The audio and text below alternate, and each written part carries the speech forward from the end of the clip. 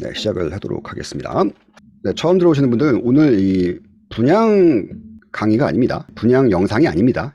다시 한번 설명을 드리지만 오늘 분당 금호 어울림 그린파크 가격 분석과 지역 동조화 작업을 하는 건데 이거 부동산 공부하는 거지 오늘 다른 뭐 유튜브나 이런 데 있는 것처럼 제가 뭐 평면도 분석한다거나 그런 거 하지 않습니다. 오늘은 부동산 기초 공부한다고 생각을 하시면 되시겠습니다.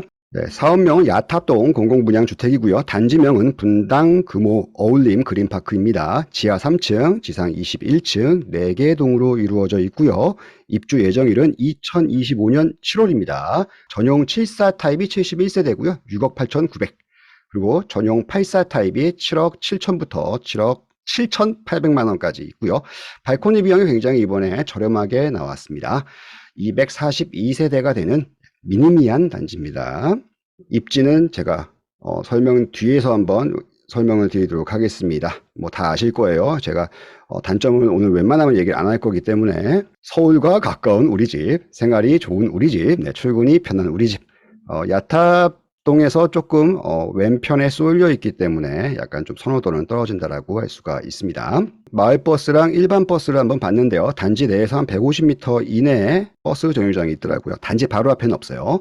SK 아파트 앞에 있습니다. 대부분 이제 버스를 이용하면요. 기존에 이제 야탐역이라든지 8호선, 뭐 모란역이라든지 그리고 판교로 직접 출근을 할 수가 있습니다. 그리고 위쪽에 위례신도시도 가고 복정역까지도 가네요. 네, 복정역까지도 가기 때문에 큰 불편은 없을 것 같습니다. 배차 간격이 조금 약간 있습니다. 한 10분에서 15분 정도 배차 간격은 있다라고 생각을 하시면 됩니다. 역세권하고 멀기 때문에 일단 버스 노선을 봤을 때는 그렇게 불편하진 않을 것 같아요.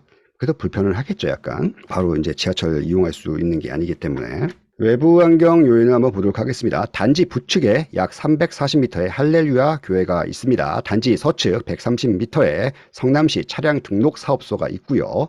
단지 동남측에 약 50m에 한국전기공업협동조합이 있습니다. 단지 동남측 약 800m 안에 납골당이 위치하고요. 단지 북동측 약 180m에 야탑 변전소가 위치하고 있습니다. 그리고 남동측 330m에 장례식장, 요양병원, 천연가스 충전소가 위치하고 있습니다. 단지 주출입구 남측 약 500m에 과학화 예비군 훈련소가 위치합니다. 이름이 어렵네. 과학화 예비훈련소가 위치합니다. 그리고 단지가 지대가 조금 높습니다. 그래가지고 경사도가 있는 점까지 알고 계시기 바랍니다. 배치도를 보면요. 뒤쪽에 이제 탑골공원이고요. 오른쪽에 이제 변전소가 자리하고 있습니다. 그리고 여기 기존에 있던 성남 차량 등록 사업소하고 여기 전기협동조합 앞에 바로 있습니다. 단차가 있기 때문에 약간 뷰는 잘 나온다라고 할 수가 있겠습니다. 네, 여기 경사가 지어져 있죠. 이렇게 위로. 네. 할렐루야 그 교회 가는 쪽으로 해가지고 이렇게 단차가 있습니다. 단차가 있는 점을 꼭 확인하시기 바랍니다. 한번 현장을 한번 넣으실 분들은 현장을 한번 방문을 한번 해보세요. 한적합니다, 약간. 네, 이렇게 단차가 있습니다. 이렇게 단차가 있으면 상가 투자하면 안 됩니다, 여러분들. 아셨죠? 이렇게 단차가 있는 곳에는 이제 상가 투자를 나중이라도 혹시 하는 게 아니에요. 혹시나 이렇게 이제 경사가 진 곳에는 사람이나 차나 다 흐릅니다. 흐르는 공간이 되기 때문에 좀 경사져 있다. 그러면 상가 투자를 하면 안 됩니다. 공공분양이잖아요, 이게. 그래서 도시 근로자 가구 원수별 월 평균 소득 기준이 바뀌었습니다. 약 한 60만 원씩 좀 더 올라갔다라고 생각을 하시면 돼요. 이게 기존 거고요. 이게 이제 변경된 거예요. 그래서 기존 거에 한 플러스 한 60만 원 정도 더 올라갔다라고 생각을 하시면 되실 것 같습니다. 꼭 확인하셔가지고 넣으시기 바랍니다. 그래도 좀 공공분양이지만 그래도 이 소득이 많이 올라갔기 때문에 많은 분들이 넣으실 수 있을 겁니다. 그리고 이제 일반 분양 같은 경우가 추첨제가 있지 않습니까? 그래서 꼭 여러분들 특별 공급에 만약 못 넣으신다라고 하면은 일반 추첨제에다가 넣으실 수 있기 때문에 꼭 한번 청약통장 가지고 계신 분들은 넣으시기 바랍니다. 공부하도록 하겠습니다. 당연히 분당 어울림이랑 같이 연계해서 공부를 할 거지만 여기까지가 소개였고 이제부터 공부하도록 하겠습니다. 제가 이거 지금 왜 하방 지지선 찾기를 왜 갑자기 이 분당 어울림 하고 있는데 이걸 왜 하냐? 위치가 안 좋죠, 여러분들. 딱 봐도 위치가 좋지 않지 않습니까? 제가 메인이라고 하면 굳이 제가 하방 지지선 찾기를 안 합니다. 그렇지만 여기 메인 동에 있고 메인 위치에 입지하고 있지 않기 때문에 하방 지지선을 많이 이제 아셔야 됩니다. 제가 방에도 하방 지지선 찾기 어떻게 하는지 알려드렸습니다. 다시 한번 보도록 하겠습니다. 질문이 하방 지지선 단지를 못 찾겠다. 어떻게 찾느냐? 그러면 인근 구축 300에서 500세대 이상 배정학교, 중고등학교 학생 수를 봐라. 초등학교 학생 수 보는 거 아닙니다. 그리고 매매가와 전세가가 상승기 때 같이 오른단지, 하락기 때 같이 내린단지, 이 뜻이요. 지역 동종하라는 뜻이에요. 두 개 이상의 뭐 경기나 부동산이나 가격이 같은 방향으로 움직인다는 거예요. 상관관계가 있다는 뜻입니다. 같이 움직인다는 뜻이죠. 그리고 이제 전세가, 오늘은 뭐 전세가를 따로 보진 않을 겁니다. 일단 전세가를 확인하고 그게 하방 지지선 가격이다. 그러면 이제 우리가 중고등학교 학생 수 봐야 되겠고, 그 다음에 지역 동조화, 뭔 뜻이냐? 메인 입지가 있을 거 아닙니까? 이렇게 입지가 다시 한번 설명드리겠습니다. 이쪽이 뭐 역세권이라고 생각을 해보자고요. 이렇게 있고, 이렇게 멀리, 지금 우리 단지가 지금 여기 있는 거 아니겠습니까? 역하고 굉장히 멀죠? 2.4km 정도 나와져 있습니다. 그러면은 메인 입지가 아니지 않습니까? 네가 하방 지지선일 수 있냐, 이 뜻이에요. 이것 때문에 공부하는 겁니다. 역세권이 아니지 않습니까? 우리가 역세권이 아닌데도 투자를 해야 되지 않습니까? 메인 입지가 가격이 오를 때 우리 단지도 오르나? 이거 공부하는 거예요. 쉽죠, 여러분들? 역세권이 3억이 올랐네. 근데 내가 저기 역세권이 아니야. 저 끝에 있는 데입니까? 입지가 딸려요. 그럼 내가 3억은 아니더라도 한 1.5억에서 2억은 올라가야지 않겠습니까? 근데 안 올라가. 그럼 어떻게 합니까? 하방 지지선 단지가 아니라는 뜻이죠. 그렇죠? 같이 올라갈 때 같이 올라가고 같이 내려갈 때 같이 내려가는 게 지역 동조화라는 겁니다. 아셨죠? 이해하셨으면 넘어가도록 하겠습니다. 이해 못하겠다. 이해를 못하겠다. 지금 뭔 소리냐 너 도대체. 왜 뜸을 들이는 이유가 모르시는 분들이 있어서 그래요. 편하게 질문하셔도 되고요. 물어보실 거 물어보셔도 됩니다. 그래서 중간에 하는 거예요, 여러분들. 제가 자꾸 여쭤보는 건 같이 하자고 하는 거야. 아니면 나 혼자 녹화해가지고 유튜브에다 올리는 게 낫지 않습니까? 맞죠? 저 혼자 유튜브에다 올리는 게 낫지 않습니까? 빨리? 근데 자꾸 물어보잖아요, 여러분들한테. 왜? 같이 하려고 하는 거지. 같이 해야 돼, 공부는요. 혼자 하면 힘들어. 같이 해요. 같이 합시다, 우리. 제가 천천히 할게요. 여러분들 같이 해요. 모르겠다고 하면 그게 잘못이 아니야. 그 창피한 게 아니에요, 공부할 때는. 다 불인이고 다 초보야, 처음엔. 우리가 가장 중요한 거는 내가 오를 때 너도 오르냐? 이게 지역 동조화 작업이고, 네가 오를 때 내가 오르고 내가 내릴 때 너도 내려가냐? 이게 지역 동조화입니다. 성남시 분당구 연령별 인구 비율을 보겠습니다. 우리 야탑동 보이시죠? 야탑동이 딱 보니까 영유아 10대가 14% 정도로 약간 부족합니다. 분당구 자체에서요. 분당구에서 뭐 22% 대장동, 그리고 백현동, 그리고 순회동, 은중동, 그리고 율동, 그리고 판교동, 이렇게 영유아가 굉장히 많습니다. 근데 야타도 같은 경우는 분당구에서 좀 입지가 좀 딸리고요. 아무래도 영유아도 많이 없다 보니까 학군에서 약간 좀 딸립니다, 이쪽이. 그걸 알고 있으셔야 됩니다. 아, 분당구 내에서 영유아 수가 조금 딸리는구나.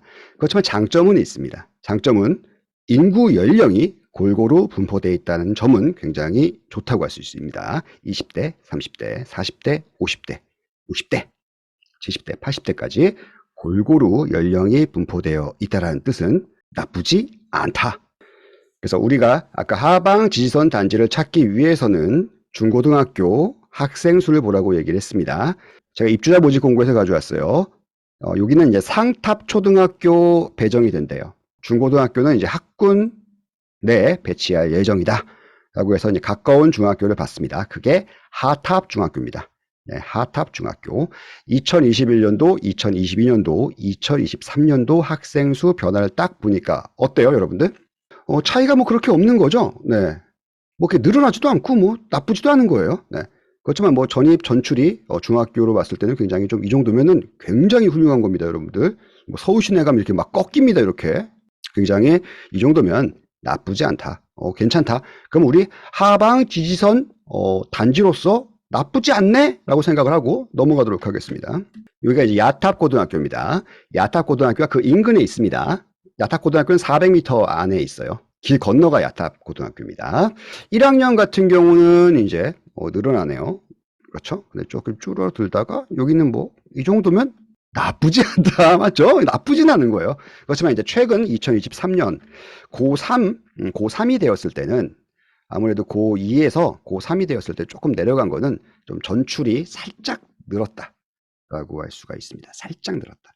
그렇지만은 전체적인 그래프로 봤을 때는 거의 200명대가 좀 이번에 조금 빠졌습니다. 많이. 256명, 251명에서 약간 좀 빠졌습니다. 네, 그건 조금 알고 계셔야 됩니다. 좋은 현상은 아니에요. 네, 고등학생이 빠진다는 건 좋은 현상은 아닙니다. 그렇지만은 중학교하고 고등학교 학생 수를 전체적인 학생 수를 봤을 때 급격한 변화는 느껴지지 않습니다. 그렇기 때문에 여기는 일단은 중고등학교 학생 수로는 하방 지지선 지역과 단지는 되겠다라고 생각을 하시면 되시겠습니다. 학생 수를 봤으니까 지역 동조화 현상 요걸 봐야겠죠. 가격이 같이 올라가고 있는지 같이 떨어지고 있는지 아니면 변화가 없는지 요걸 한번 보도록 하겠습니다. 구축과 신축과 그리고 뭐 세대수가 적고 막 이런 단지들은 가격이 서로 다른 방향으로 이제 움직일 때가 있지 않습니까? 그래서 우리가 이제 어떻게 하는 건지 공부를 한번 해보도록 하겠습니다. 요걸 공부하기 전에 우리가 기본 상식으로는 알고 있어야 되는 게 요거예요.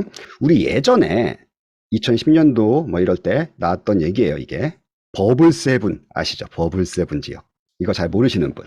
버블 세븐을 처음 들어봤다. 난 처음 들어보셨어요? 버블 세븐 지역을? 야 버블 세븐 지역을 처음 들어보셨구나. 오늘부터 들었으니까 기억해 두시면 돼요. 네. 들어봤습니까? 크리스님은 나이가 들은 거야. 네. 크리스님은 나이가 조금 있으신 거고, SH는 맞죠? 네. 나이가 있으신 분들은 다 압니다. 버블 세븐 지역을. 버블 세븐 지역을 한번 보도록 하겠습니다. 버블이 뭐예요? 거품 지역. 거품 지역 7개 지역을 버블 세븐 지역이라고 합니다. 그게 어디냐? 강남구, 서초구, 송파구, 양천구, 분당구, 동안구, 안양도안구죠. 그리고 용인, 수지구 이렇게 해서 버블 세븐 지역입니다. 그럼 여기는 항상 거품이 낀다. 이 뜻이죠. 네, 거품이 낀다. 최근에 누가 늘었죠? 성동, 용산, 과천. 성동, 용산, 과천. 알겠어. 그리고 버블 세븐 지역. 점점 버블 세븐. 크리스님 왜 이렇게 똑똑하지? 오늘 갑자기 왜 그래요? 네? 크리스님 똑똑하네. 네, 강령입니다. 요것도 이제 아직은 아니지만은 이제 신규 단지가 들어온다라고 하면은 아직은 아닙니다. 네, 아직은 아니니까요. 요거 확정적으로 동그라미 해놓으면 안 되고요. 동그라미는 안 해놓고 그냥 표시만 이렇게 딱 해놓으시면 되시겠습니다. 그럼 현재 버블 세븐 지역은 성동구, 용산구, 과천 그리고 나중에 추후에 광명도 들어갈 수 있다. 현재는 강남, 서초, 송파, 양천, 분당, 동안, 수지, 성동, 용산, 과천 버블 10 지역이다. 우리 버블 10 플러스 알파.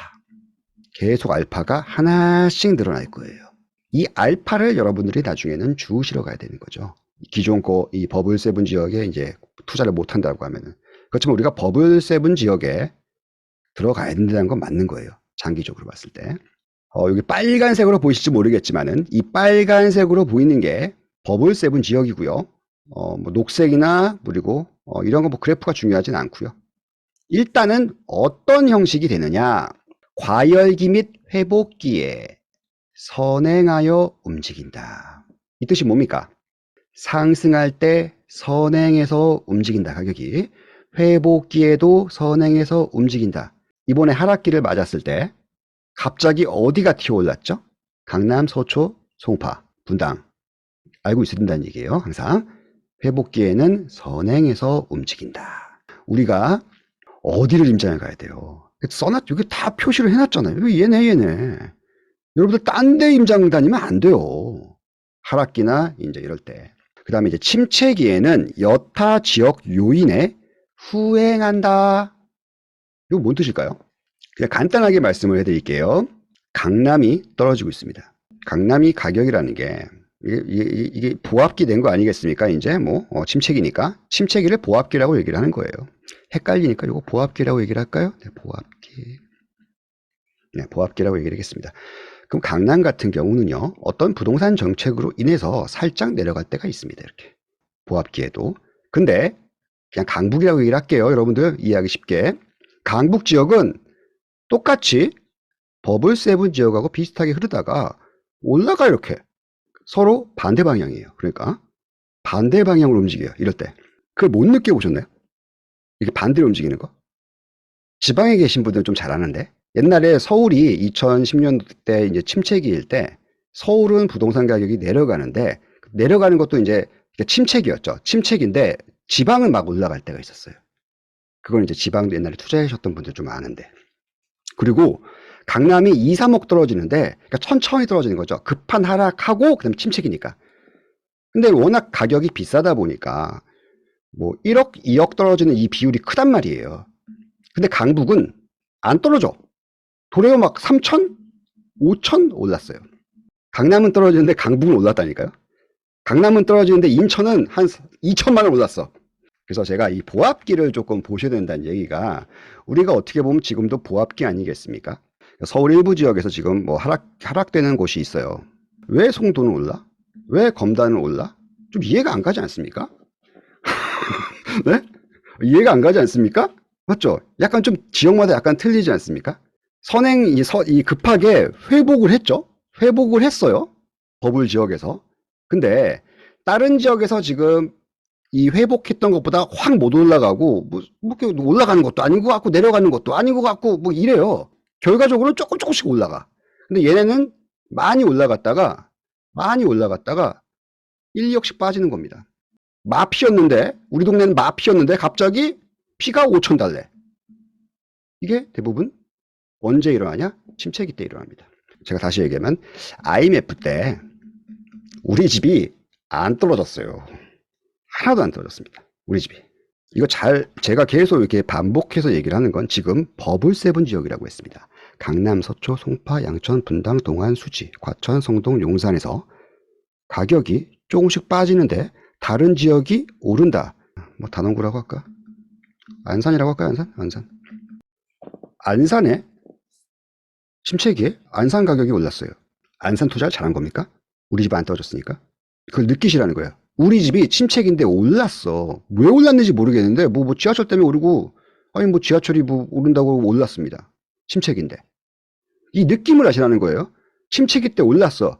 그러면 그 집은요. 조만간 갈아타야 돼요, 여러분.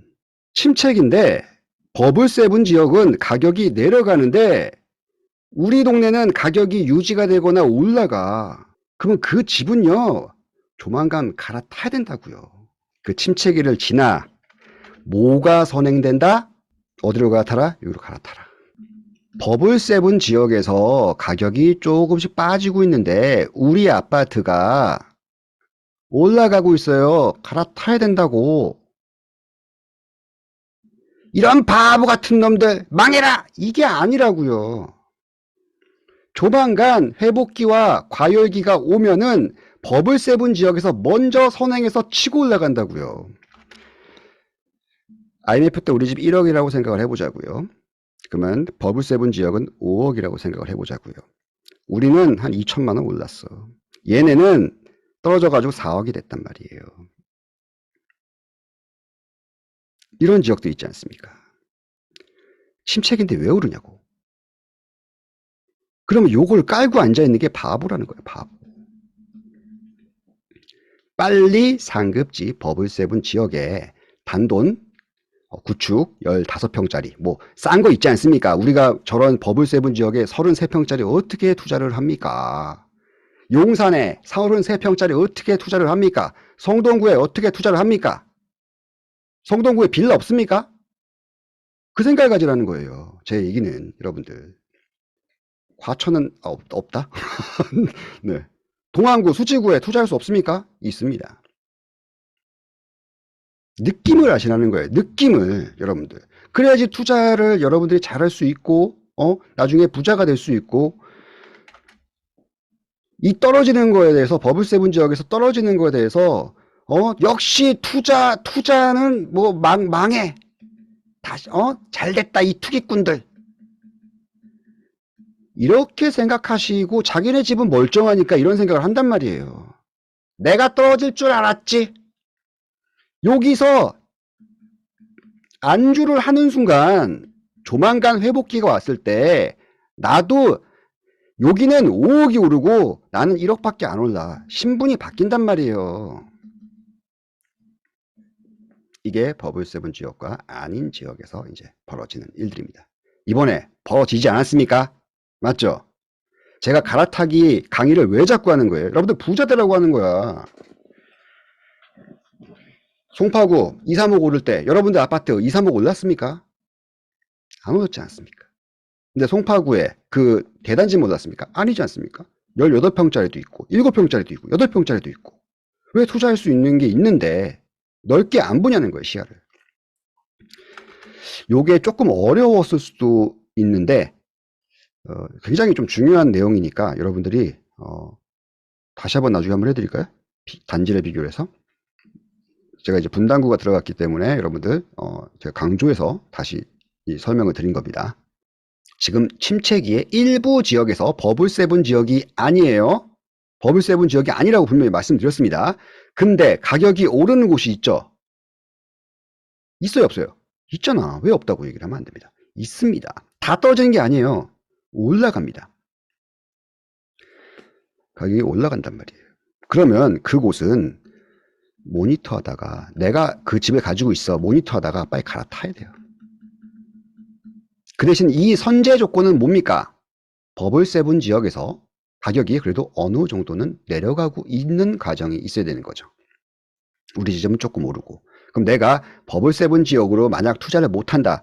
그러면 여기보다는 상급지로 갈아탈 준비는 하고 있어야 된다는 얘기입니다.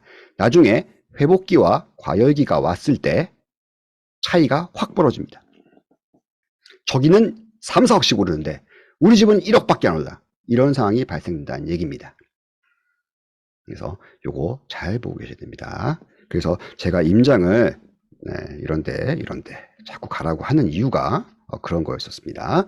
네, 굉장히 중요한 내용이고 아주 기본적인 내용이지만 요거를 설명을 드려도 피부적으로 자기가 와닿지가 않는데 그럼 부동산 공부를 할 필요가 없는 사람입니다. 그 사람은. 강남이 3억이 떨어지는 거예요. 근데 우리 집은 하나도 안 떨어진 거야. 또박이님 미쳤다고 강남 투자해요? 이렇게 얘기한단 말이야. 이게 바보라는 거야. 이게 바보. 이거 좀 떨어질 때까지 요거 그러면 같은 방향으로 있다가 이렇게 저번 주에 얘기했죠? 야 튼다? 그럼 너 이쪽 사야 된다 너. 이게 정상적인 투자라는 거예요. 저번 주 강의가 뭐였죠? 같은 방향으로 있다가 한쪽이 방향을 튼다 라고 했을 때 그거는 바닥이다. 갈아타야 된다. 내가 34평으로 못 갈아탄다. 그러면 단 15평짜리 25평짜리라도 그쪽으로 갈아타야지 내가 과열기 및 회복기가 다시 왔을 때 기회가 생깁니다. 이거 너무 오래 하면 또 이해하신 분들이 있기 때문에 너무 오래 하면 안 되기 때문에 이해하셨죠? 네, 이해하셨죠? 이해만 했으면 돼. 네, 이해만 했으면 됩니다. 그리고 나중에 단지를 저한테 물어보세요. 그럼 내가 딱 설명을 해줄 수가 있는 거야. 여러분들이 이해를 했어. 그리고 여러분들이 단지를 물어봐 나한테. 그러면 내가 딱 설명을 해주는 거지. 쉽죠? 네. 단지를 가져와. 그게 공부입니다. 여러분들. 우리 분당구의 매매 전세 가격 변동을 한번 보도록 하겠습니다. 요거는 이제 지수로 되어 있고 변동률로 되어 있기 때문에 약간 그래프는 차이가 있습니다. 보시면 아시겠지만은 크로스되는 부분이 조금 있는데 결과적으로는 매매와 전세는 같은 방향으로 움직인다라는 것을 아실 수 있습니다. 이쪽 부위가 약간 좀 틀렸죠? 네. 그 외에는 거의 같은 방향으로 움직인다라는 것을 아실 수 있을 겁니다. 전세값이 올라간다. 그러면 조만간 매매 거래량이 들어갑니다. 그거 알고 계세요? 거래량이 들어갑니다.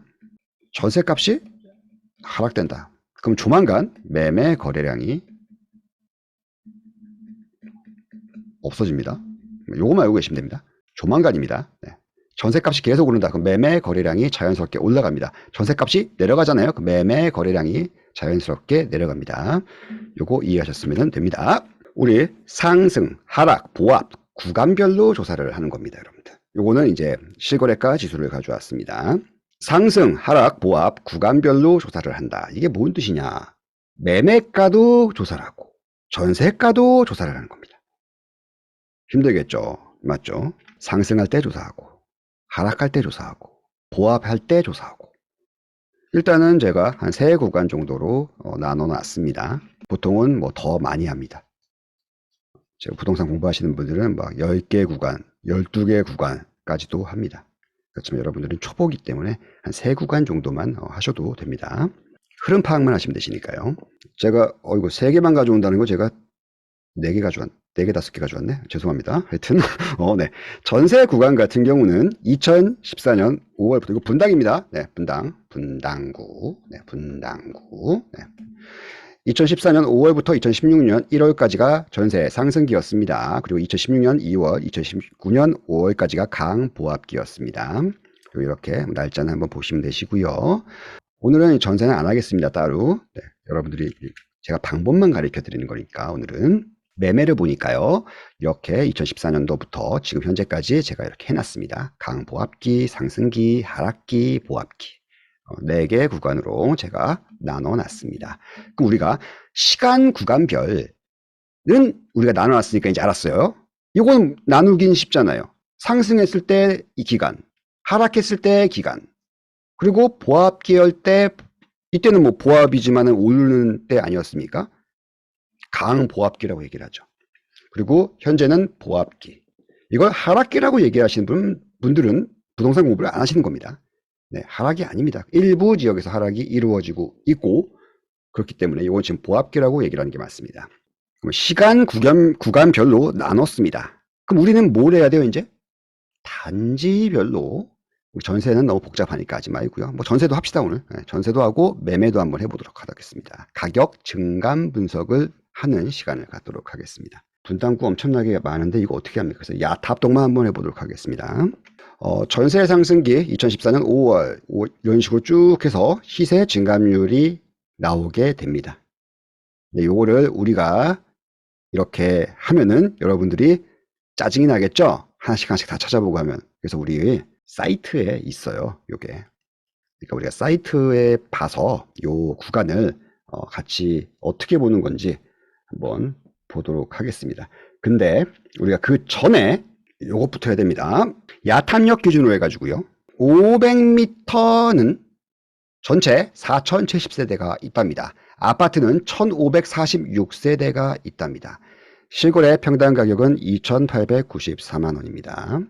뭐 3개 단지만 있으니까 일단은 가격은 2894만원이다 라고 알고 계시면 됩니다. 야탐역은 그 앞에 상업시설하고 오피스텔하고 좀 있기 때문에 아파트가 별로 없습니다. 500m 안에. 그래서 역세권 아파트가 몇 개 없습니다. 1km. 오케이. 1km 하니까요. 아파트가 16,621세대가 있네요. 이거 맞네요. 그러면 여기 제외하고 요 3개 제외하고 요 동그라미 안에 있는 단지의 평당가를 계산하니까 3,003만 원이 나옵니다. 역세권 3개 단지보다는 아무래도 단지 수가 이렇게 많지 않습니까? 그래도 그러니까 평균을 내다 보니까 여기 대단지도 있고 하니까 3,003만 원. 역세권보다 조금 더 높게 나왔네요. 그 다음에 몇 킬로 할까요? 3kg? 3kg는 너무하지 않습니까? 2kg 하도록 하겠습니다. 1kg 되겠습니다. 2kg 하니까 이제 여기 제외하는 겁니다. 여기 가격은 제외하고. 그리고 이쪽은 판교역 쪽이라서 가격 비교를 하면 안 돼요. 판교역까지 가기 때문에 여기를 제외했습니다. 그럼 이쪽 안에, 이 동그라미 안에 있는 단지를 보니까, 계산해 보니까 평당 2,398만 원이 나오게 됩니다. 그리고 우리 해당 단지 역세권과 약 2.4km입니다. 그래서 2km 정도 그 위에는 산이더라고요. 그래서 3km 하잖아요. 그럼 산이기 때문에 3km까지 늘리면 안 됩니다. 그래서 2km까지만 이제 해서 그래서 뭐 2km, 2.4km는 뭐 크게 400m 차이니까 상관이 없으니까 2km까지 딱 하니까 2,398만 원이 나옵니다. 이번에 그 분당 아까 가격 얼마였습니까? 2,398만 원 곱하기 33평 할까요? 그럼 7억 9천 나오네요. 아까 그 우리 그 분당 어울림 평당가 얼마입니까? 그 분양가가 얼마입니까? 7억 7,800. 그러면 지금 이 평당가를 곱하니까 어때요? 7.9가 나와요, 이거. 7.9. 여기 제외하고 2km 안에 들어가 있는 게. 그럼 결과적으로 인근 시세 대비해 가지고는 적당하네? 그거 가지고 그래서 인근 시세 대비해 가지고 시세대로 나왔구나 라고 인터넷에 많이 얘기를 하는 거예요. 여러분들 건설사가 바보가 아니에요. 그래서 인근 시세랑 같게 나온 겁니다. 비슷하잖아요. 맞죠? 뭐 옵션비 더하면 뭐 거의 8억이지 뭐. 이렇게 계산하는 거예요. 여러분들 맨 처음에 쉽죠? 500, 1km 뭐 지역마다 약간 틀리긴 하겠지만은 300m부터 하시는 분들이 있겠지만 저는 500, 1km, 2km 이런 식으로 합니다. 보니까 이 최근 1년간 거래량을 보니까요. 500m 안쪽에서는 제가 요 탑 경남을 가져왔고요. 그리고 그 다음에는 1km 쪽에서는 장미 현대랑 몇 단지였지? 4단지? 매화주공 4단지랑 그리고 2km 쪽에서는 길 건너 우리 단지 길 건너에 있는 목련 SK 아파트 총 4개를 이제 비교를 했습니다. 그러니까 역세권 원래는 다 비교해야 되는데 오늘은 짧게 역세권 500m, 1km, 2km 가격을 조사했습니다. 여러분들은 다 조사하셔야 돼요. 네. 그러니까 최근 1년 거래량이 있는 단지를 제가 비교를 한 겁니다. 뭐 이거 없는 단지를 비교할 수는 없지 않습니까? 거의 이런 것들은. 그래서 있는 단지를 비교를 했습니다. 500m에선 탑 경남 매매 증감률은 플러스 79%고요. 강 보합기 때 전세 증감률은 51%입니다. 1km 안에 들어가 있는 매화 주공 4단지는 매매 증감률은 94%고요. 전세 증감률은 24%입니다. 장미, 그 다음에 목련 SK, 분당 어울림 길 건너 있는 게 목련 SK입니다. 매매 증감률은 48%, 전세 증감률은 36%. 그러니까 딱 보니까 강 보합기 때는 매화 주공 4단지가 많이 올랐구만. 그리고 역세권에 있는 전세 단지가 전세 증감률이 조금 많이 올랐구나라고 생각을 하시면 되시겠습니다. 그리고 이제 매매 실거래가 증감을 보니까요. 요건 이제 매매 지수고요. 매매 실거래가 증감을 보니까 역시 매화 주공이 가장 많이 올랐었습니다. 보니까 여기랑 뭐 한 20에서 한 25% 정도 차이 나네요. 맞죠? 그러니까 동조화는 있어요. 분명히 강 보합기에도 동조화는 거의 되지만 그래도 매매 증감과 전세 증감이 약간 차이가 나는데 라고 생각하시고 그럼 상승기 때 한번 보도록 하겠습니다. 그 상승기를 딱 보니까 비슷해. 그쵸? 네. 상승기 때는 비슷하게 올라가는 걸 보실 수 있습니다. 그러니까 상승기 때는 솔직하게 싼 게 짱이구나 라고 생각을 하시면 되시겠습니다. 그쵸? 맞죠? 상승기 때는 비슷하게 올랐습니다. 비슷한 비율로 올랐기 때문에. 그래서 여기 동조 현상이 굉장히 많이 나는데 아니 500m 안에 역세권이랑 저 2km에 있는 데랑 비슷하게 오르네? 네, 비슷하게 오르는 거예요. 그래서 하고 넘기면 되시겠죠? 그럼 이제 뭘 봐야 되겠죠? 강보합기, 상승기. 그럼 뭘 봐야겠습니까, 이제? 하락기 봐야지. 그죠? 하락기 때 보니까 가장 많이 내려갔네, 여기가. 전세도 그렇고 여기가. 거의 뭐 비슷하게 내려가긴 했지만 전세 증감이 많이 내려갔죠. 보합기 때는. 지금 보합기죠. 지금 보합기이기 때문에 뭐 큰 변화는 없는데 어디는 올라가고 있고 어디는 내려가고 있고 어디는 뭐 전세가 올라가고 있고 딱 느껴지시는 거 없습니까? 뭘 사야 되는지 이제 느껴지지 않습니까, 여러분들? 뭘 사야 되겠습니까, 여러분들? 여러분들이 4개 중에 있다고 하면 오늘 이제 분당 어울림 영상은 아니니까 그죠? 매화주공 4단지를 사야지. 하락기 때 많이 내려가고요. 상승기 때 많이 올라가는 게 짱이야. 그리고 보합기 때는요. 내려가는 게 정상적인 겁니다.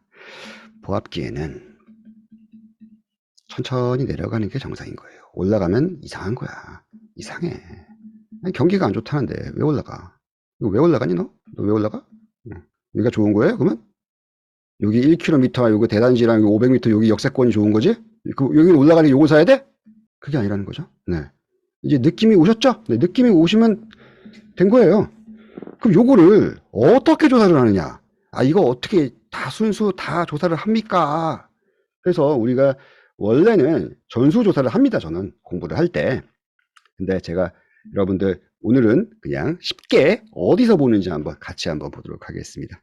KB부동산에 여기 메뉴 있지 않습니까? 됐죠? 네.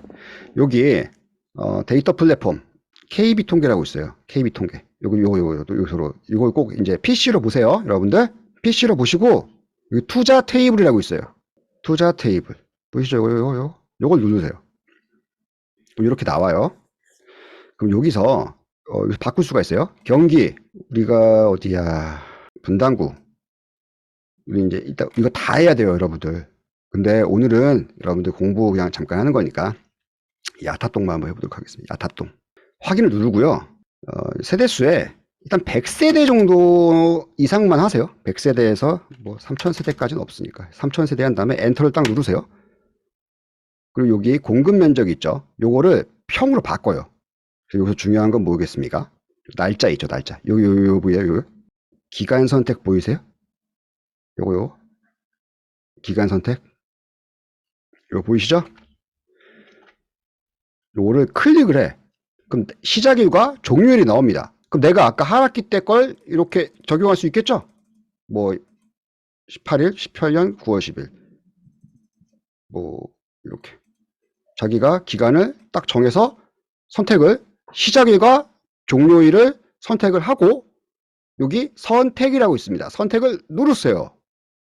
그럼 이렇게 매매 시세 증감률과 옆에 전세 시세 증감률까지 나오게 됩니다. 근데 문제가 뭐냐? 이거 기준이 2020년 7월 6일 기준인 거죠, 이건. 그러니까 이 퍼센테이지가 이거 기준에서 떨어졌다는 거예요. 이 기준이 이 기간을 선택할 때마다 이 기준이 바뀝니다. 이 기준일이 바뀌어요. 그러니까 실제적으로 내가 실거래가 뜬 퍼센테이지하고 얘랑 약간 차이가 납니다. 왜? 기준이 틀리니까. 그럼 우리는 뭘 봐야 되겠습니까? 정확히 보려면 실거래가를 전수조사를 해야 되지만 결과적으로 몇 퍼센트가 떨어졌냐는 거는 이 동조와 이 조사를 할 때는 많이 떨어져 있는 거랑 덜 떨어져 있는 거랑 상관없이 같은 방향으로 움직이느냐 아니냐 그리고 비율적으로 얼마 정도가 차이 나냐만 보면 되기 때문에 이 기준일이 변한다고 해가지고 이 퍼센테이지가 정확하지는 않지만 아 이런 방향으로 움직이는구나 라고 생각을 하시면 됩니다. 자 그래서 이렇게 매매 실거래가 증감까지 제가 이렇게 해 놓은 겁니다. 따로 약간 차이가 나지 않습니까? 기준이 틀리니까. 그렇죠? 그렇지만 우리는 이 퍼센테이지가 중요하다는 거예요. 퍼센테이지가. 아, 이 퍼센테이지가 같은 방향이구나. 그리고 이 퍼센테이지가 차이가 많이 나면 안 된다는 거죠. 이 단지마다. 뭔 뜻인지 아셨죠? 기준이 틀리기 때문에 퍼센테이지가 틀려질 수가 있다고. 그 사이트에서요.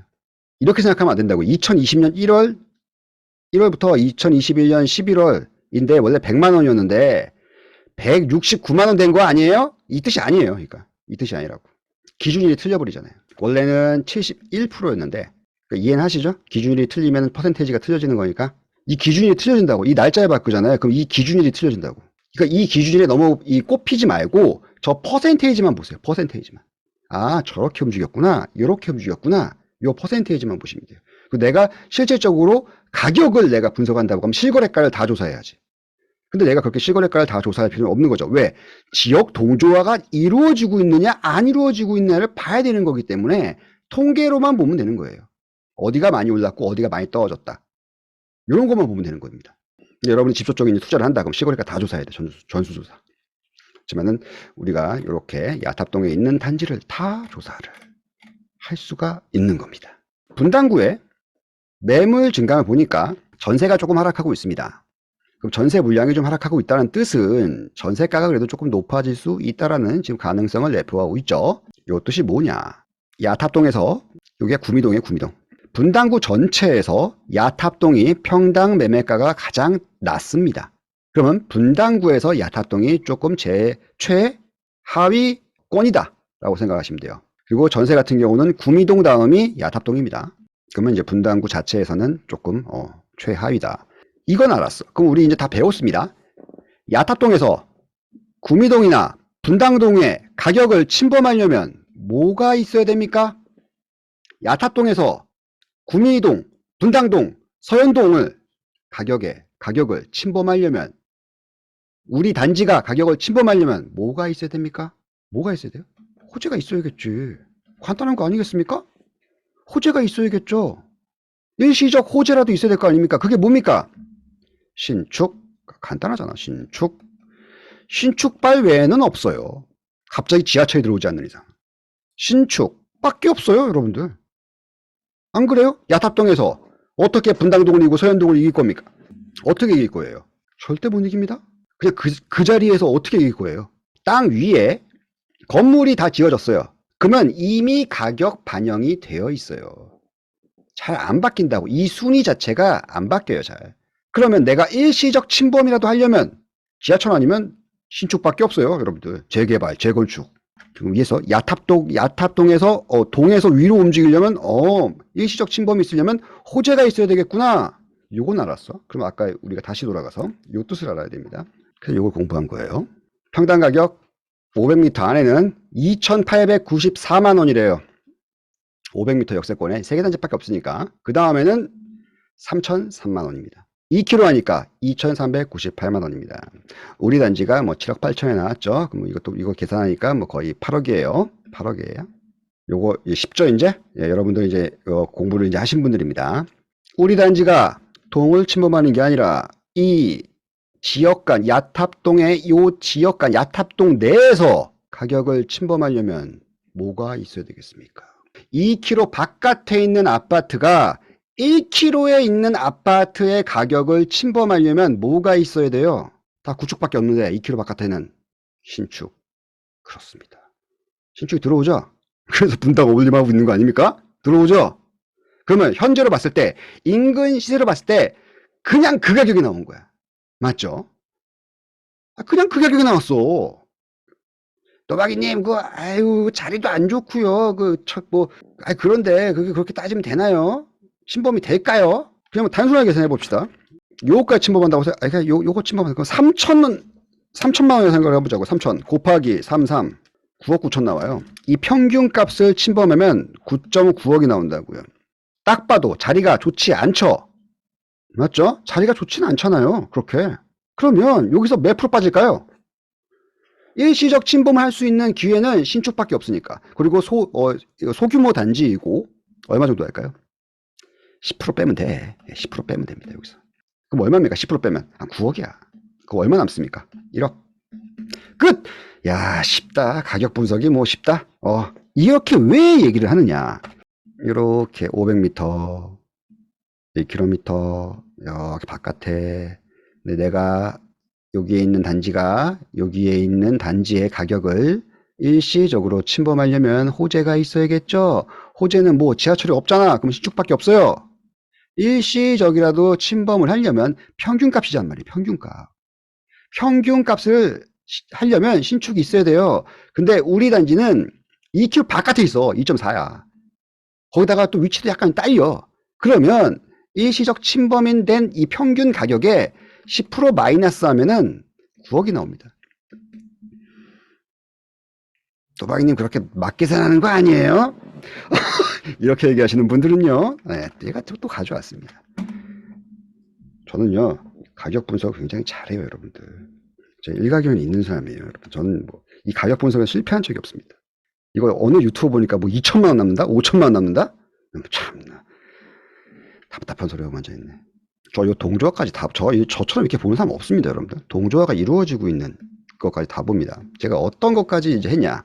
야탑동의 전용 84 타입 세대수입니다. 합 957세대입니다. 야탑동에 몇 세대가 있을 것 같아요? 야탑동에 세대수가 몇 세대 있을 것 같습니까? 맞춰보세요.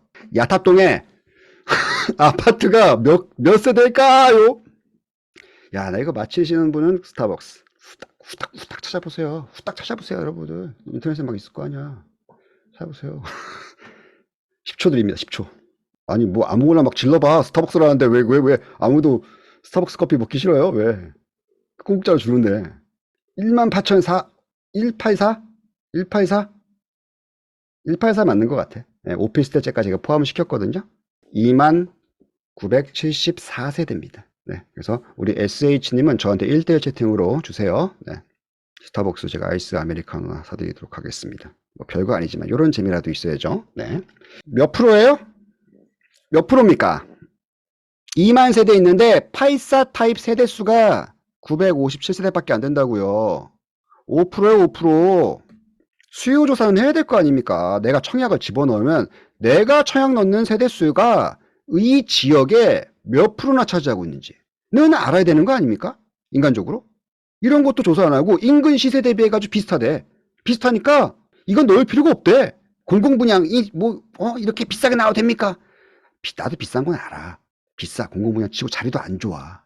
그렇지만 여기서는 세대수가 부족하다고요. 5%밖에 안 된다고요. 다 소형이고요. 역세권에 좀 대형 좀 있고요. 나머지는 다 소형이에요. 이쪽 야탑동이. 그래서 가격이 저렴한 거예요. 이쪽이. 소형이니까. 84 타입이 없어요. 별로. 여러분들.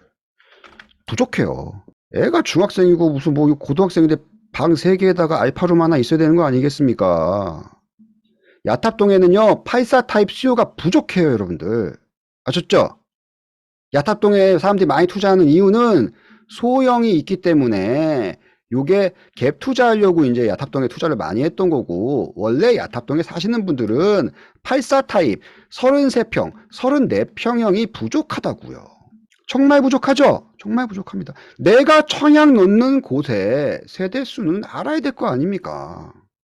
그리고 평형을 알아야 될 거 아닙니까? 이 기본적인 걸 왜 안 합니까, 여러분들? 이렇게 하면 5%밖에 안 된다고 하면 깜짝 놀랍니다.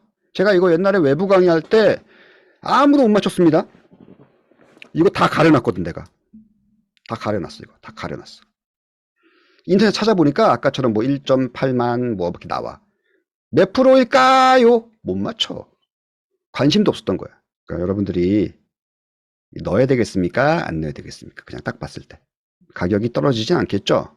맞죠? 수요가 있겠죠? 여러분들. 요거까지 딱 했어요? 네, 요거까지 했어? 그래, 요거까지 했어. 그래, 아유, 그래도요, 또박이님 가격 분석 못 믿겠어요. 오, 알았어. 그래, 누가 이기나 보자 하고 또 봐. 예, 전 자신 있습니다. 성남 분당구는요, 성남, 이 서울시와 인천항과 다 합치면은 성남 분당구는 9위를 차지하고 있습니다. 성남 분당구. 그럼 분당구에서 하위가 야탑동이죠. 그래서 쭉 동으로 나누니까 우리 이거 다 했죠. 예, 저번 주에. 분당구 야탑동은요 2,933만 원이죠, 평균이. 그럼 내가 이제 위쪽으로 한번 봐야겠죠. 위쪽. 영등포 당산, 영등포동, 당산동 소형이기 때문에 제가 다시 설명드렸죠. 지금 분당 야탑동은 소형이 있기 때문에 약간 평당가가 높게 측정이 되어 있죠. 소형이 있으니까 평당가가 조금 높게 측정이 되어 있으니까 보니까 뭐 마포, 영등포, 막 동작 막 이런 데랑 가격이 비슷한 거예요. 평당가가. 그렇지만은 당연히 평당가가 비슷하면 얘랑 비교하는 게 맞겠죠. 평당가가 평균이 같으면 당연히 소형이 있긴 하지만 고평가되어 있긴 하지만 왜냐면 대형이 좀 많이 없고 소형만 있어서 좀 평당가가 높게 책정이 되어 있는 건 맞지만 동평당가 전체로 봤을 때는 영등포, 동작, 성북, 중구, 오장동, 강동, 암사동 이랑 비교를 해야 되는 게 맞겠죠. 암사동에 가장 위치가 안 좋은데 84 타입 7억 8천에 살 수 있습니까? 못 삽니다. 성북 기름동 알죠? 기름역 있는데 기름역하고 가장 먼데 신축 조그만 231세대이긴 하지만 7억 8천에 살 수 있습니까? 못 삽니다. 기름동 같은 경우가 조금 된 데가 한 9억 9.3억 정도 됩니다. 지금 그래도 신축이 조금 자리가 안 좋은 데가 9.3억. 영등포 당산 동작은 더 비싸고요. 여기서 내가 아이고 그러면 무슨 뭐 기름동을 사는 게 낫겠네요. 7.8억이잖아 이건. 얼마 차이가 나요 이게. 여기서 내가 이것보다 조금 좀 안 좋다 해가지고 제가 한 3점 뺀 거예요 또. 그래서 여기는 저는 9억이라고 봐. 9억이라고 딱. 지금 가격으로 봤을 때 여기는 9억이 맞다. 제가 이거 다 조사했습니다. 여기 있는 아파트들. 여러분들은 조금 제가 좀 성격이 좀 까탈스럽지 않습니까? 딱 말하는 것도. 그렇죠. 제가 성격이 꼼꼼해요. 다 찾아봐요. 저 약간 좀. 저한테 막 자꾸 사람들이 빈틈을 찾으려고 하는데 난 다 찾아봤어. 자신 있어. 너 어디랑 어느 아파트랑 비교하는 거야? 딱 보여줍니다. 저는. 제가 얘기했잖아요. 부동산은요. 까탈스러운 사람한테 물어봐야 돼요. 이거 아니면 저거 사야 되겠다. 이런 우유부단한 사람한테 물어보면요. 절대 부동산 싸게 못 삽니다. 여러분들은 저처럼 약간 싸가지 없게 얘기하는 사람들하고 많이 대화를 해야 돼요. 가져오라니까? 7.8억에 이 평당가를 가진 곳에 아파트, 새 아파트 230세대 뭐 도시형 생활주택이라도 가져와 나한테. 못 가져온다니까요. 7.8억에. 제가 계산해 보니까 딱 9억 정도가 적당합니다. 지금 봤을 때. 당연히 실거주도 있고요. 환경이 좋지 않으니까 제가 여러분들한테 막 넣어라 마라 뭐 그럴 수는 없는 거예요. 실거주 의무가 있고 하기 때문에. 그렇지만 우리가 공부하는 이제 입장으로 본다면 넣는 게 맞죠. 우리 2km 밖에, 이거 2km 밖에 있지 않습니까? 2km 밖에. 그러면 2km 밖에 있는데 요만큼 침범하려고 하는 거야. 내가 지금 뭐 제가 전체 동침범하려고 했어? 아니죠. 그냥 2km 밖에서 1km 있는데 평당 가격이 2-3천만 원입니다. 일시적으로 침범할 수가 있겠죠. 근데 요걸 계산하니까 9.9억이 나와. 그래서 크리스님 딱 말씀을 듣고 제가 10%를 뺐어. 그러니까 한 9억 정도가 나온다. 요게 현재가다. 그럼 7.8억에 9억 빼니까 한 1.2억 남네요. 네. 요게 이제 우리가 얘기하는 현재 봤을 때 안전 마진이다라고 얘기할 수가 있습니다. 뭐 개인별로는 여기서 뭐 10%더 빼야 된다. 말이 되냐? 할 수 있는데 그렇게 되면 아까 얘기했던 이 동평당가로 했을 때 딴 지역과 너무 차이가 납니다. 그래도 분당구입니다, 여기는. 여러분들. 서울보다 비싼 곳이에요. 땅값이. 여기가 뭐 변전소 합시다, 뭐다. 그래도 땅값은 서울보다 비싼 곳입니다. 제가 아까 설명을 드렸죠. 분당구는 대한민국에서 가장 부동산 가격이 비싼 탑10의 9위를 차지하고 있는 곳입니다. 아셨죠? 그리고 동으로 봤을 때는요. 178이고요. 분당구 야타동은 2,933만 원. 야타동보다 더 높은 구미동 같은 경우는 3,029만 원입니다. 위치가 안 좋더라도 여기는 상급지입니다, 여러분들. 이 상급지를 무시하시면 안 됩니다. 네. 그리고는 이제 원래 좀 해드리려고 했다가 뭐 굳이 할 필요는 없겠죠, 이건. 네. 공동주택 리모델링 사업이 이제 분당구에서 이제 추진이 되고 있고요. 앞으로 이제 착공도 하고 이주도 이제 하는 거라서 이제 이주 수요 같은 경우도 이제 좀 받쳐주기 때문에 여러분들이 이제 실거주로 조금 하셨다가 조금 고생하시고 좀 전세 주시고 뭐 하여튼 몸에는 뭐 좋지는 않겠지. 예. 네, 몸에는 당연히 좋지 않겠죠.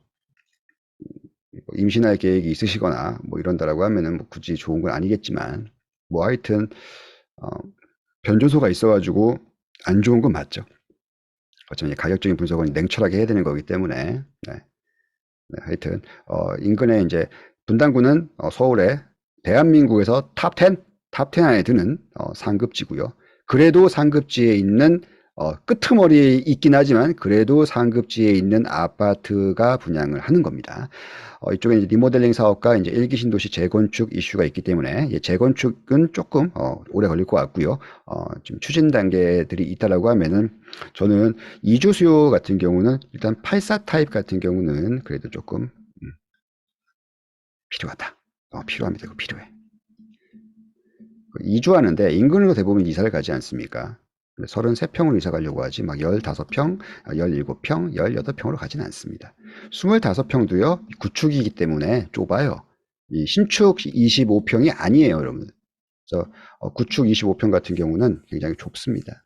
이주를 가더라도 인근에 33평짜리 84 타입이 필요합니다. 정말 필요합니다. 그래서 아까 제가 말씀드렸습니다. 야탑동에는 거의 2만 세대에 1000세대가 안 되는 5%밖에 없어요. 5%밖에. 84 타입이. 귀중하다. 84 타입 귀중하다. 예. 일시적 침범이 생겼을 때 역세권으로 한번 갈아타세요. 역세권 구축으로 되시는 분들은. 그럼 되잖아. 뭐가 이게 힘들어? 네. 일단 우리가 뭔가 계속 생각을 하고 좀 상급지로 가려고 하고 이렇게 생각을 해야 돼요. 계속 내가 바깥에 살고 있지만 안쪽으로 이제 나중에 바깥에서 당첨이 되고 일시적 침범을 했을 때 안쪽으로 들어올 수 있는 이렇게 이제 엑시트를 이제 하면 돈 벌어요, 여러분들. 돈 벌어. 계속 여기서 살려고 생각하지 마시고 한번 갈아탈 수도 있다라는 생각도 이제 가지면 나중에 뭐 이렇게 해가지고 뭐 3기 신도시 한번 또 민간 분양하면 또 글로 또 갈 수도 있는 거고 교산으로 갈 수도 있는 거고 좀 더 아니면 분당에 있는 더 역세권 더 좋은 단지로 갈 수도 있는 거고 당첨돼가지고 조금 더 이제 상급지로 갈 수 있는 발판을 마련할 수가 있지 않습니까? 어느 정도 안전 마진이 있으면은 무조건 자리 안 좋다고 안 덧치는 마세요. 네. 이건 근데 이제 뭐 개개인의 사정이 있으니까 저는 뭐 넣으라고 얘기를 하는데 네, 근데 뭐 이거 실거주를 해야 되는 입장이기 때문에 여러분들이 알아서 판단하시기 바랍니다. 하여튼 가격 분석은 제가 해드렸습니다. 오늘은 이제 분당 야탑동만 했는데 전체 동을 다 하잖아요. 그럼 한 6시간, 7시간 강의가 되기 때문에 그리고 이거 저 혼자 하면은 힘들어요. 그 영상 이제 그 자료 만들고 뭐 하고, 왜냐면 계속 가격이 변하기 때문에 틀은 있는데 그 전체적으로 이제 하면은 여러분들이 조금 어려워하실까봐 오늘 야탑동만 해드렸습니다. 네. 그러니까 전체동 다 하셔야 돼요, 여러분들. 원래는 다 조사하시고. 네. 여러분들 중에 그 저한테 자료를 보내주시는 분이 단 한 명도 없어요. 예? 자료를 자기가 만들어가지고 보내주시는 분이 단 한 명도 없다고. 제가 다 만들어야 되잖아요, 이것도. 그래서 여러분들이 보내주시면 그 자료를 토대로 막 설명드리고 막 하면 좋을 텐데, 여러분 다 바쁘니까. 예. 제가 일단은 기본적인 강의는 해드렸으니까 여러분들이 야탑동 말고 나중에 이제 구미동도 해보겠다. 그럼 구미동도 한번 해보고, 또 저쪽에 이제 대장동도 한번 해보겠다. 그럼 대장동도 한번 해보고. 어디가 이쪽은 동조화가 훨씬 더 잘 되는 것 같은데요. 이쪽은 동조화가 살짝 안 되는데요. 그럴 수도 있죠. 네. 왜냐하면 분당 같은 경우는 이제 재건축 이슈가 있기 때문에 재건축 이슈 있는 단지 같은 경우는 굉장히 좀 따로 노는 경향이 있을 수가 있죠. 다른 옆에 있는 단지랑. 그래서 그것도 이제 같이 설명을 드려야 되는데 오늘은 일단 야탑동만 네, 해드렸습니다.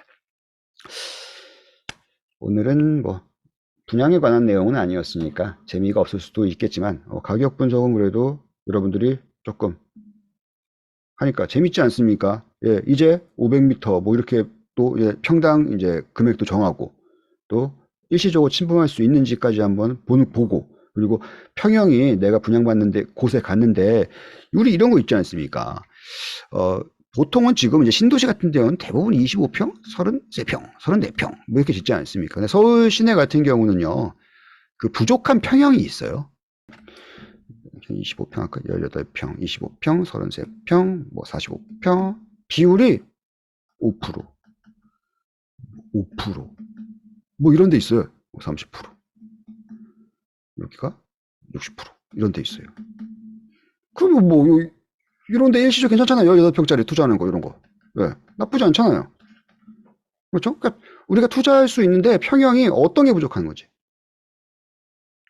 아니면 이게 조금 싸졌다. 요거로 이제 나중에 침체기일 때, 침체기일 때 이제 투자하는 거죠. 그것도.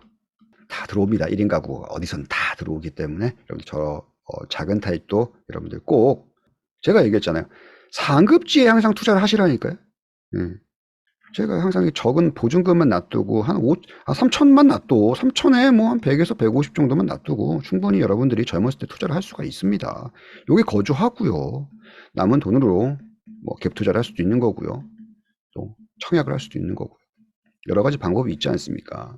그래서 꼭 여러분들이 너무 자기가 깔고 앉으려고 하면은 여러분들이 나중에 후회해요. 나중에 상급지를 못 간 거에 대한 후회를 좀 많이 하시기 때문에 아까 설명드린 침체기나 이제 하락기나 상승기 때 내가 어떤 행동을 해야 되는지가 조금 이제 아셨으면 좋겠어요.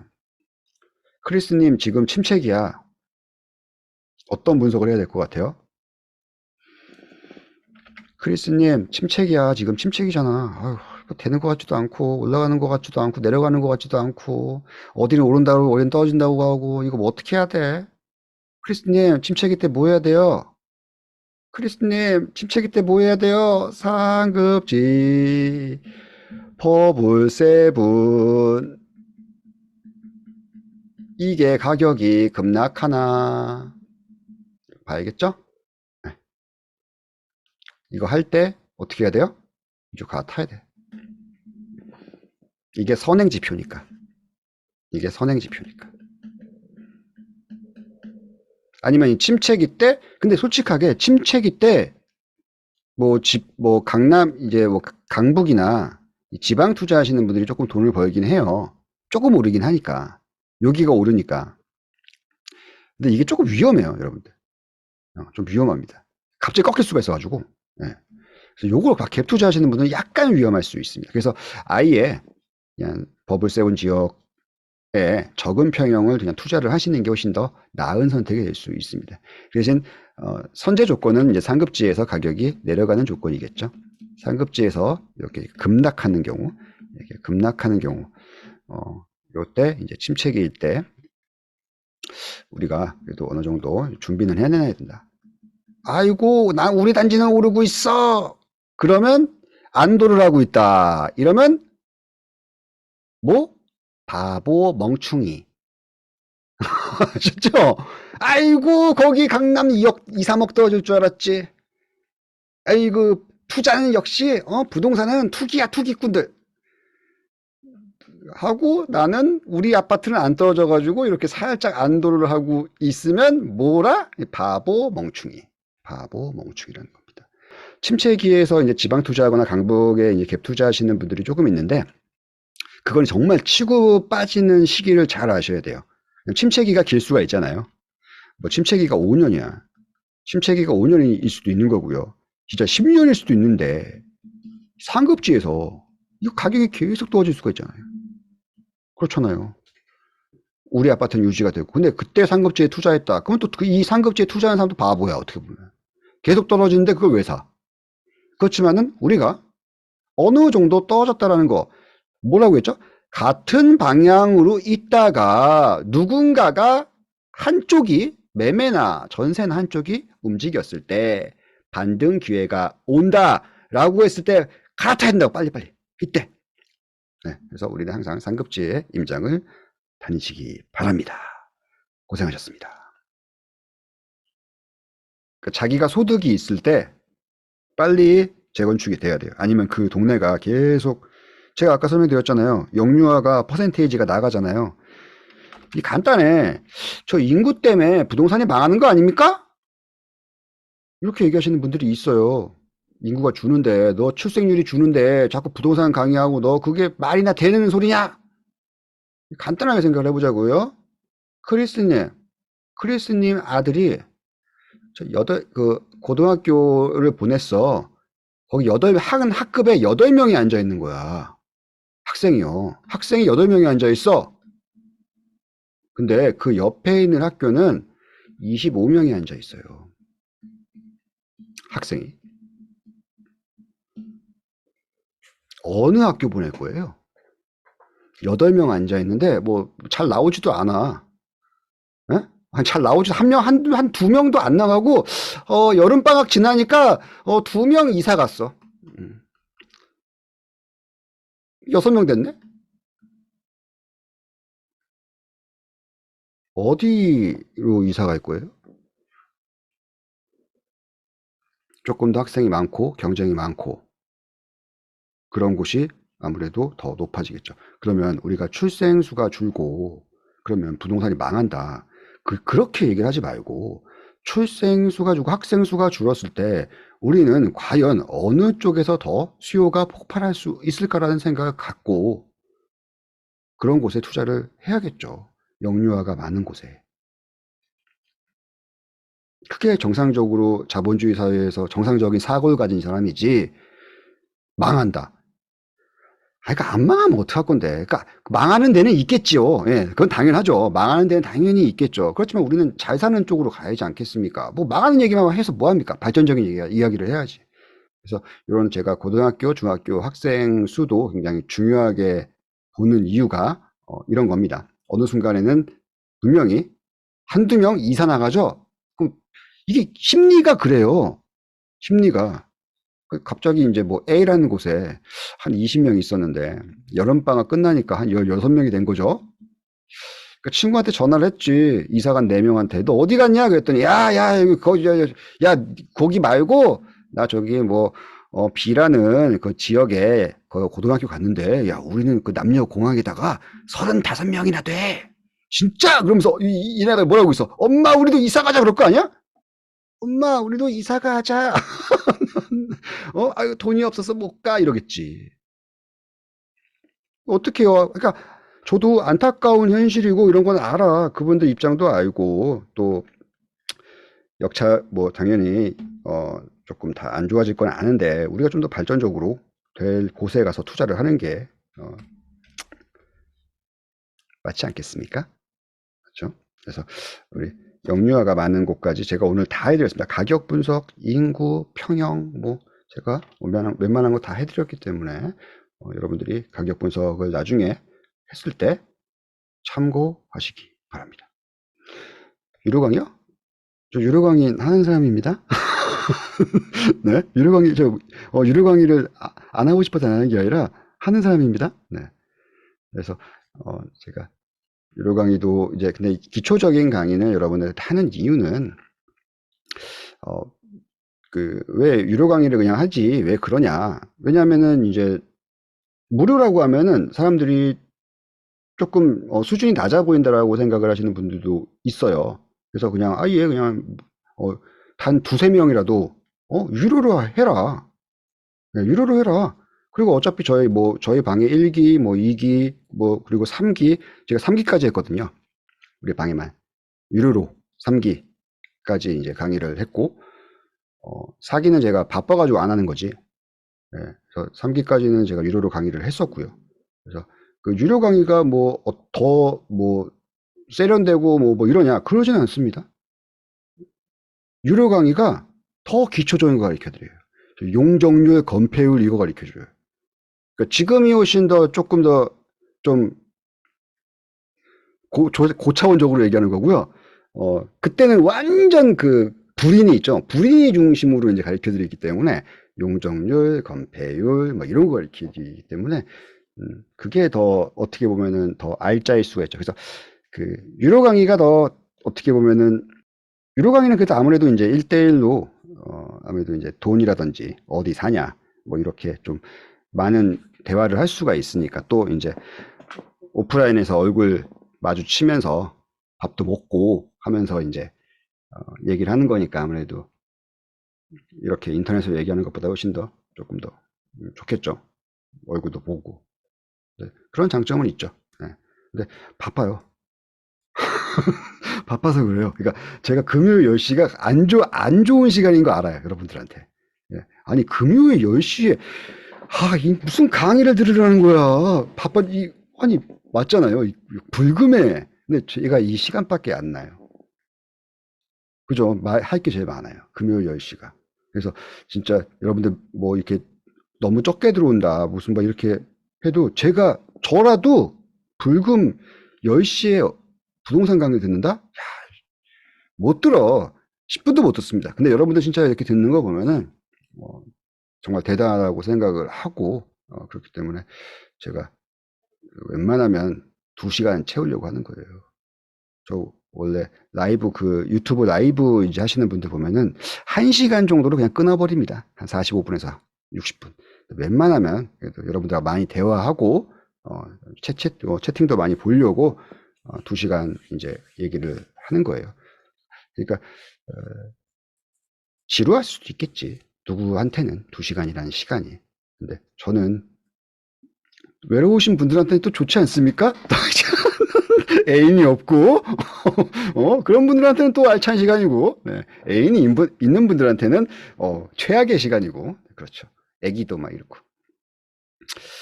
하여튼, 너무 늦었으니까, 우리 12시 땡 치면 바로 가는 걸로 하겠습니다. 땡 쳤습니다. 안녕히 가세요. 안녕히 주무시기 바랍니다. 좋은 주말 되시기 바랍니다.